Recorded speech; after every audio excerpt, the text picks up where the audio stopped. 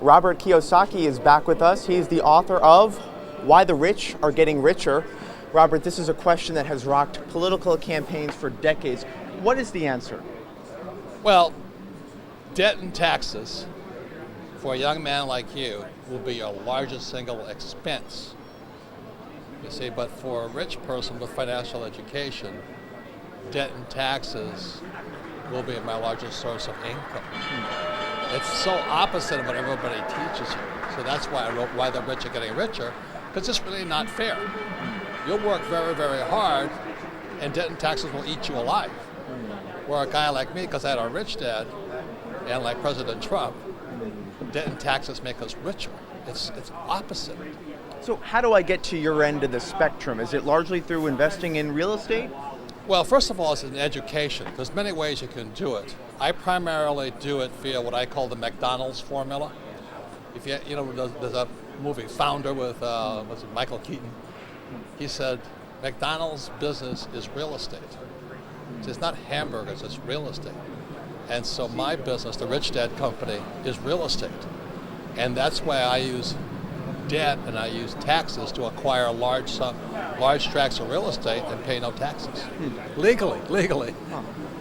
It's a very interesting discussion as the government looks to put forth tax reform. I mean, what are people getting wrong when it comes to taxes? Just not knowing the loopholes out there? Correct. If you're a hard-working employee or a doctor or an attorney, you will pay the highest taxes.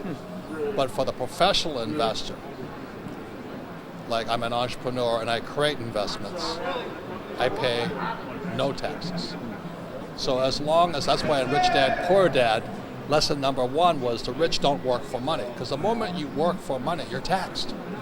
And so this tax reform is a good idea. But for a young guy like you, it's best to learn early why guys like me use debt and taxes to get rich, whereas debt and taxes will eat you alive. Now, many people think, oh, I'll just start my own business and that's how I'll move up the economic scale. But in the book, you say that may not be the best idea. Explain. Well, again, it goes back to what is your level of financial education. We're taught to be employees, not entrepreneurs. Go to school, get a job, not go to school and create jobs. And the mindset between a person who creates jobs and a person who looks for a job are opposite. It's like, two sides of a coin. So that's why, both the president, and I know he's not the most popular guy with a lot of younger guys, but he's a good man. You wrote a book with him. Yeah, 2 books now. He's a good man, but we're concerned about financial education. So he and I are entrepreneurs. We thousands of employees, lots of real estate.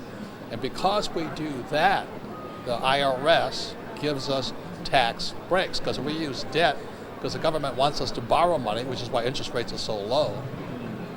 And because we borrow, create jobs, and buy real estate, we pay no taxes. Legally. Legally. Well, you mentioned low interest rates, and with that, you also say saving is for losers. Explain that tagline, because I think it runs contrary to what a lot of people have been taught. Thank you for saying that. For years, I've caught hell, as you know, because I kept saying savers are losers. And you saw interest rates. When I was your age, interest rates were 15%. Now in Japan and Switzerland, they're sub-zero. Why would you save money? It makes no sense to me. Some people say, well, save money, but the whole economic system, which we're part of right now, wants debtors. They don't want savers. So we have too much money in the system. So because they have too much cash in the system, they punish the saver and reward the debtor with low interest rates and no taxes.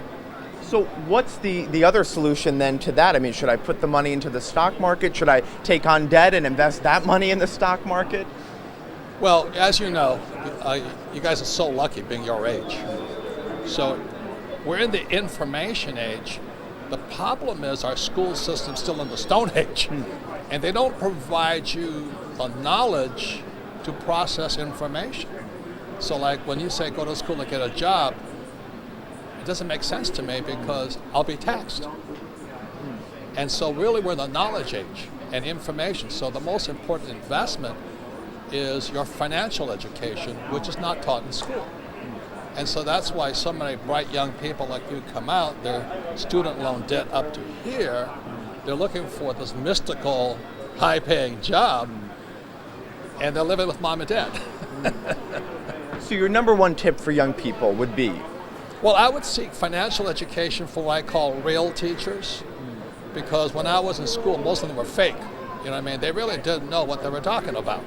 Like my accounting teacher, I'm in my MBA program, I knew more about accounting than he did, because the poor guy never left school. You know what I mean? He was like my poor dad, a school teacher. Real world experience. Yeah, really, yeah, surprising. I went to flight school. I flew for the Marine Corps. I had to have real teachers. You know, you don't want some guy who's never flown before or just flew a little Piper Cub to teach me to fly in combat. I needed real teachers. So as young people, I always say to them, choose your teachers wisely. Make sure they're real. Make sure they know what they're talking about. They're not people just working for that paycheck. You know, like most financial planners are good guys, but they're not rich people. Why wouldn't you take advice from them? And Robert, before we let you go, what is your advice for women and investing? What kind of mistakes do women make when it comes to investing? The biggest, you should talk to my wife, Kim. You know, I mean, she's beautiful on the outside, beautiful on the inside, but she says this to all women. Women, you and I know that when it comes to money, women are smarter than men. That's from my wife.